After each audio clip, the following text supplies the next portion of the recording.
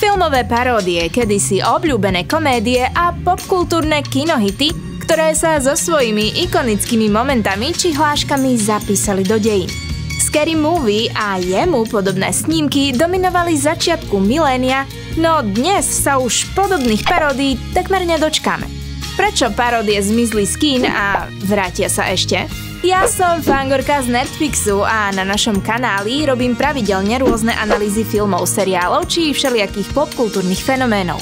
Ak vás teda bavia naše videá, alebo sa vám zapáči práve toto, neváhajte ma potešiť pekným komentárom. There's no reason to panic. Now it is true that one of the crew members is ill. Slightly ill. But the other two pilots are just fine. They're at the controls flying the plane. Parodické filmy zažívali svoj prvý vrchol v 80. rokoch.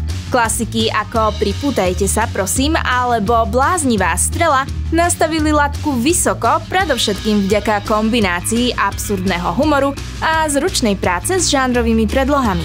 Za týmito hitmi stála legendárna trojica tvorcov Jim Abrams a bratia David a Jerry Zuckerovci, ktorí pokračovali vo víťaznom ťažení aj s ďalšími paródiami. Top Secret, Bláznivá strela a jej pokračovania či žhavé výstrely.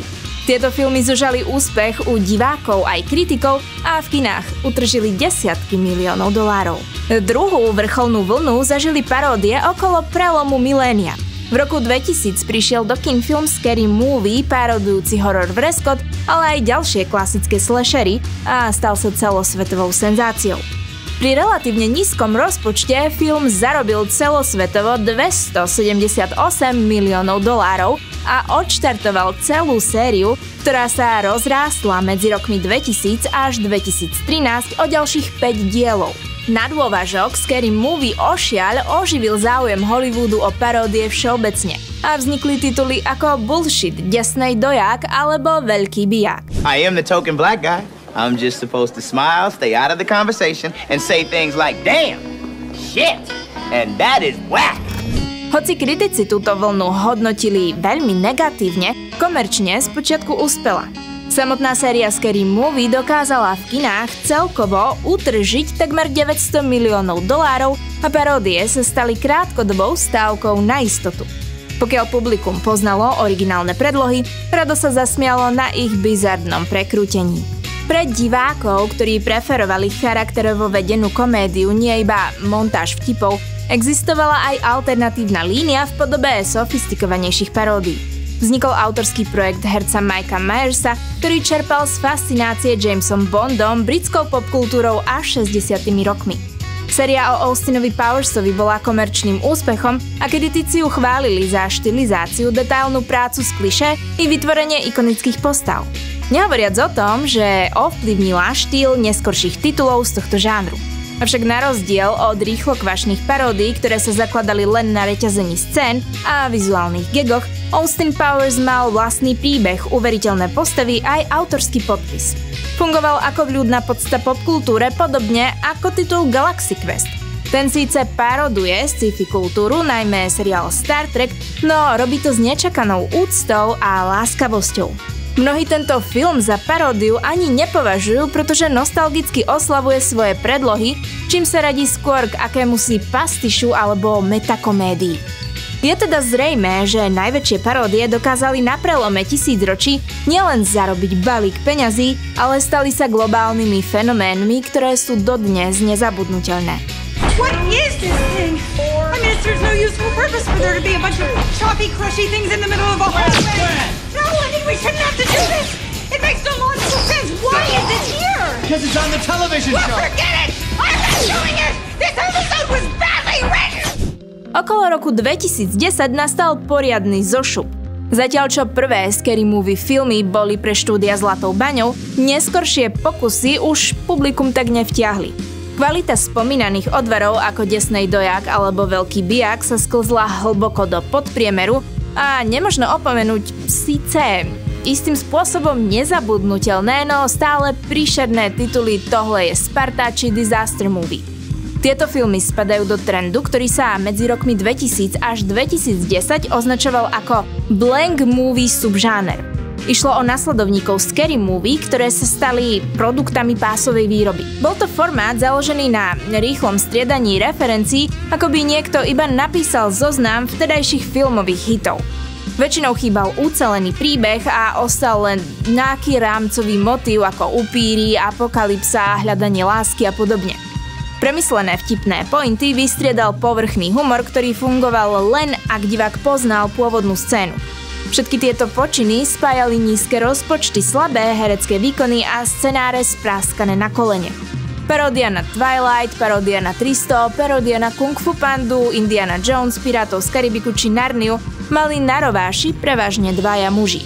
Ak poviem, že Jason Friedberg a Aaron Saucer zabili parodický film, možno trochu dramatizujem, ale nie je to ďaleko od pravdy. Pod ich taktovkou sa značka Movie stala synonymom pre zlý vkus a trápnosť. Väčšina gagov bola založená na sexuálnych alebo fekálnych vtipoch, ktoré fungujú trochu ako bizarfluencery. Krátkodobo pritiahnu pozornosť a možno aj pobavia, ale stabilné základy tvorby na nich nevybudujete. Keďže títo páni svoju parodickú formulu vyžmýkali do sucha, diváci sa proste z referenčného humoru unavili. Scary Movie 5 alebo 50 odtieňov čiernej ledva pokryli svoje náklady a v USA zarobili len okolo 10 až 30 miliónov dolárov, čo je pre kiná žalostne neatraktívne číslo. Hollywoodske štúdia prestali do tohto žánru investovať a ukázalo sa, že bez ohľadu na kvality daného snímku, nálepka paródia je dnes pre film skôr príťažou. Je to niečo podobné, ako keď sa vám nechce do kina na ďalšiu Marvelovku, aj keby bola seba lepšia, pretože ste sa superhrdinou už skrátka prejedli. Paródie už nemali čo povedať a často neprinášali vlastný uhol pohľadu, len bezcielne napodobňovali známe scény. Oh, you leaving too, Batman? Shit, yeah, I'm leaving. Okay, I don't want to die. Not on my schedule today, not on my to-do list. It wasn't wake up, make breakfast, jog, science experiment, die. Not on it. Okay? Are we done? Úpadok paródií však nesúvisí len s ich kvalitou, ale aj s prudkou zmenou v spôsobe, akým filmová kultúra funguje. V hre je čisto pragmatický faktor – rozpočet. Dnešné hollywoodske blockbustery, na ktoré by sa paródie chceli zameriavať, sú čoraz drahšie a vizuálne náročnejšie. Aby filmová paródia vyzerala presvedčivo a mohla zosmiešniť napríklad Avengers či Rýchlo a zbesilo, potrebovala by paradoxne tiež nemalý rozpočet, inak by pôsobila úplne béčkovo. Stredne veľké rozpočty okolo 20 až 50 miliónov dolárov sa z Hollywoodu takmer úplne vytratili. Štúdia dnes točia buď obrovské blockbustery alebo nízkorozpočtové filmy a stredný prúd smeruje rovno na streaming. Do tejto strednej rozpočtovej lígy kedysi patrili aj paródie a dnes teda doplácajú na ekonomickú transformáciu filmového priemyslu. Druhá vec je, že v predinternetovej ére mali kiná takmer monopol na masovú zábavu a paródie boli jedným z najdostupnejších spôsobov, ako vtipne reagovať na aktuálne dianie. Tento typ humoru však nezmizol, akurát prekvitá inde. Na sociálnych sieťach, v memoch či krátkych videách na YouTube alebo TikToku. Nemusíme čakať rok na zosmiešnenie nejakého popkultúrneho trendu, pretože už o mesiac si na neho nikto ani nespomenie. Internetový feed bežného užívateľa je plný vtipných skečov a klipov, ktoré v porovnaní s celovečerným filmom takmer nič nestoja. Navyše sa fragmentarizoval aj humor samotný. V preklade to znamená, že publikum sa rozdelilo na množstvo menších segmentov s rôznym vkusom. Máme skrátka možnosti, ktoré sme predtým nemali alebo nevedeli, že existujú. Dnes letia sarkastické animované seriály, drsné stand-upy, situačné sitcomy alebo inteligentné satirické drámy. Jonathan, please help me. Please help me. Mina, yes. Anything. What can I do? Touch this. Oh. Veľa ľudí má pocit, že paródie sa už netočia, pretože dnešné publikum je príliš citlivé a ľahko sa urazí. A ja viem, že už máš napísaný komentár o tom, že je to pravda, ale počkaj. Mnoho divákov, aj samotných autorov, sa sťažuje na akúsi formu cenzúry, ktorá komikom zväzuje ruky. Rozhodne môžeme súhlasiť, že nemálo vtipov, s ktorými staré komédie vyrukovali, by dnes už neprešli. Dokonca režisér David Zucker sa posťažoval na praktiky filmových štúdií, ktoré vraj podliehajú strachu z pobúrenia. Uviedol, že ničia komédiu, pretože sa boja uraziť 9% ľudí, ktorí nemajú zmysel pre humor. Producenti skutočne preventívne necítia istotu investovať do projektov, ktoré balansujú na hrane zábavy. Radšej volia opatrnejšie komédie alebo humor presúvajú tam, kde nemusia bojovať s celým Twitterom. Hovorí sa, že humor je agresívna forma poznania, pretože ak je úprimný a smeruje k pravde, občas proste musí zabolieť. Často totiž nevzniká len pre zopár zasmiatí, ale aj odhaľuje a narušuje pohodlné ilúzie. Koniec koncov, preto sa hitom stali animované seriály ako South Park alebo Brickleberry. V skutočnosti je takýto humor najúčinnejší, pretože nastavuje zrkadlo a môže viesť k sebauvedomeniu, prehodnoteniu názorov či uvoľneniu napätia. Problém však je, keď sa tvorcovia smejú na účet tých, ktorí už aj tak nesú bremeno spoločnosti. Potom nemožno hovoriť o satíre, ale len o obyčajnom výsmechu. V slobodnej spoločnosti rozhodne nesmie existovať ani preventívna cenzúra humoru, pokiaľ neporušuje zákony. Lenže každý komik či scenárista by mal rozumieť zodpovednosti za svoj vtip.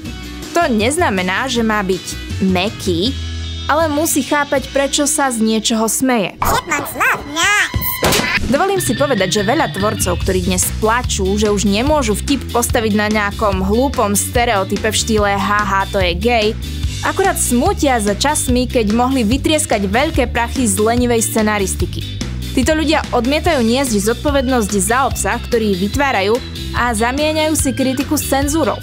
Humor, ktorý sa spolieha len na zosmiešňovanie menšín alebo recykláciu stereotypov, dnes jednoducho neobstojí kvalitatívne. Nie preto, že je zakázaný, ale preto, že je lenivý.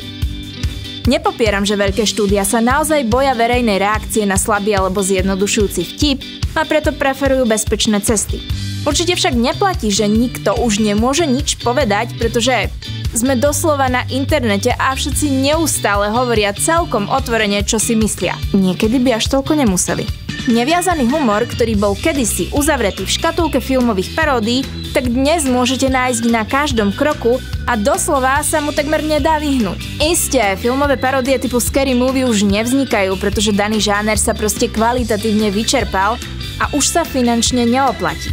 Nejde teda ani tak o to, že by sa tvorcovia báli nekorektnosti. Väčšiu rolu hrá fakt, že vy na to proste nepôjdete do kina.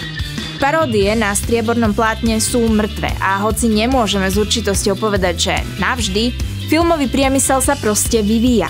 Duch ich humoru však dodnes žije na internete a iba čas ukáže, ako to ovplyvní tvorcov. A čo si o paródiách myslíte vy? Chýbajú vám? Napíšte nám dolu do komentárov a ja sa zatiaľ budem tešiť do nejakého ďalšieho videa.